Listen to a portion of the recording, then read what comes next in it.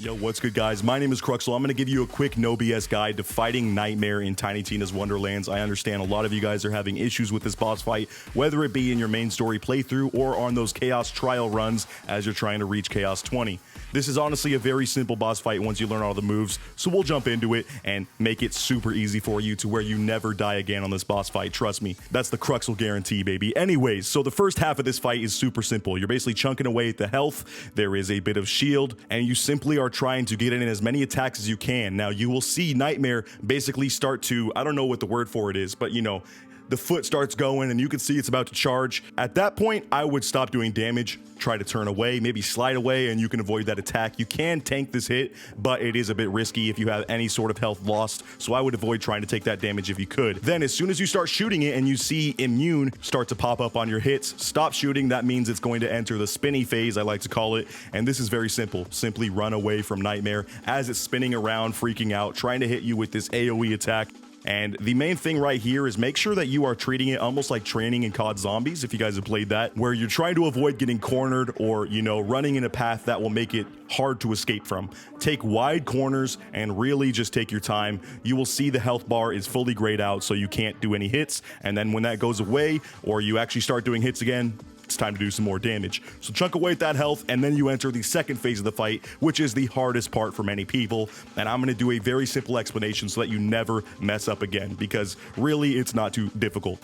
So let's start with the very center of the battlefield. So the way it works is you're just going to want to remember which locations have which attacks. And there's not many attacks to memorize. Don't worry. You don't have to get out a paper or anything to write notes. Let's start with the center attack here. So basically, Knight Mare will often, after turning into the spectral version of itself, jump into the center of what I like to call the pit here, which is the lowered portion of the battlefield, the very center, you know, the steps to either side. And if you see Knight Mare jump here, this is super easy to avoid. Simply get up onto one of the outer edges of the battle area where it is raised, and you will see a ring of energy come out, and you simply have to jump over it, much like the Banshee fight in this game, and you could do huge damage here. This is definitely the easiest location to avoid taking any hits. Now, after each one of these attacks, before Knight Mare moves to the next location, which I believe it is random, it will be shooting out lightning balls of energy. And here, your main goal is to keep moving, and if anything, try to move unpredictably, because that is how you avoid getting hit by these. And these are often the things that are mysteriously one-hitting you and knocking you down to the fight for your life phase without even realizing what hit you for the most part. So yes, when you see those start to come out, stop doing damage, don't be too greedy, know your hit windows, and simply run away from those orbs. Now let's talk about the long sides of the rectangle. Either side Knight Mare can go to, and there are two attacks here that can be done. This is the only location on these long sides of the rectangle where Knight Mare does a different attack depending on the randomness. Basically, everything else has a guaranteed attack style. Like the center, it's always going to be a ring coming out, so you know how to avoid that. But on the sides here, the first attack is the Spectral Horses that are spawned, and you can tell which attack is happening because you will either see the horses very quickly or not. They last for a couple seconds before they actually start to charge to give you some warning. And simply to avoid this, get into the middle of the pit of the battlefield here and crouch as you do some huge damage on Knight Mare. Very easy hit window here. After you duck those horses, it's going to look like they are almost going to hit your head when you're ducking, but it won't do any damage to you. Make sure you start moving erratically directly after that to avoid the electrical orbs. Bada boom, bada bing, pretty easy. The other attack that can happen on the sides here, which I was having a lot more trouble with, is the battle axe swing, I guess you could call it. So what this is you will see, instead of the horses spawning, look up at Knight Mare while they're on the side of the battlefield here, and you will see it raise the spectral battle axe up into the sky, and that's your warning basically. So it's going to take a little bit of practice maybe, but I would say after that happens, after they raise the battle axe, wait maybe 1 to 2 seconds and simply look away, look to the side, run, and slide.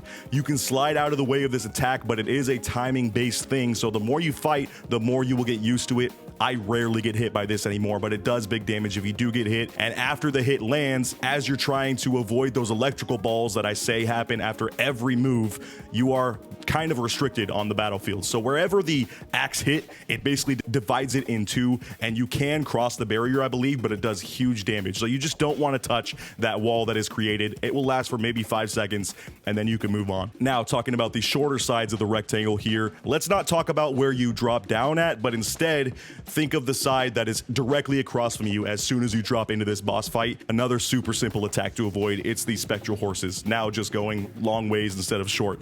So simply get into the middle of the pit, crouch, do some huge damage, and as soon as you see those electrical orbs start flying out after the horses have passed, run away from them and avoid taking damage. Now for the most difficult section, which is where I see a lot of people struggling, a lot of people dying because it's confusing how to avoid this attack. It feels like it lasts forever, covers the entire battlefield, and the one I'm talking about is the area right when you drop into this boss fight. You will see Knight Mare fly over there to do the attack, and this one confused me for a while. I could not figure out why I was dying. What you need to do is crouch in the middle of the pit as if you are avoiding the horses, and a giant blanket of spectral energy will be above your head. You cannot stand up during this part or you will get fried. Now the issue here is people forget that those electrical orbs are flying out after the attack is out. So as soon as you crouch, be ready to start moving. What I do is I basically crouch walk in figure eights to avoid these things.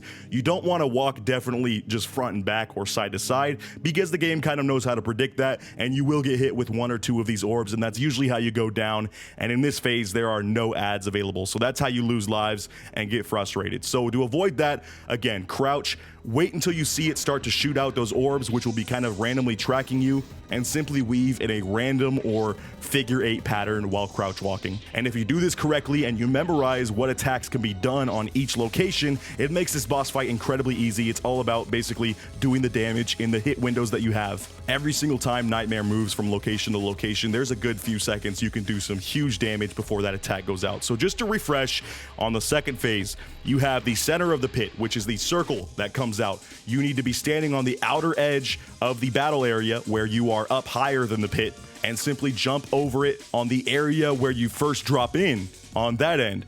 That is where the blanket comes out of all the electricity, and you just simply have to crouch in the pit, move in a figure eight, and you will not get hit. The opposite end of that, the opposite end of where you drop in, basically where you see Knight Mare at first, is the horses that you have to duck under into the pit. Very simple.